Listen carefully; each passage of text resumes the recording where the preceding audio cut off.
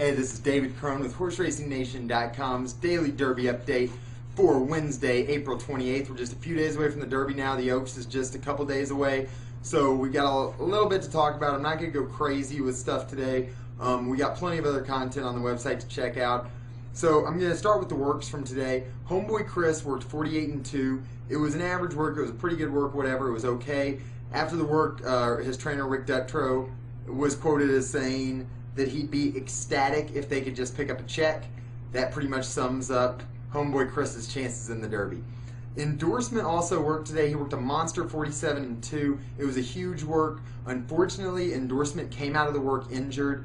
He was not entered in the Derby. He did not take part in the post position draw. It's a real shame because this is a horse that's getting good right now.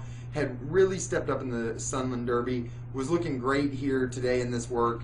And now he's off the Derby trail in the final days in the 11th hour, so that's a real shame. The Derby draw was today also. I'm not going to go all through the Derby draw and the Derby morning lines. If you want those, you can check HorseRacingNation.com. We got articles up there about all of that. I will just quickly point out that 3-1 favorite, Looking at Lucky, drew the rail. 5-1 second choice on the morning line, Sydney's Candy, drew the 20 hole.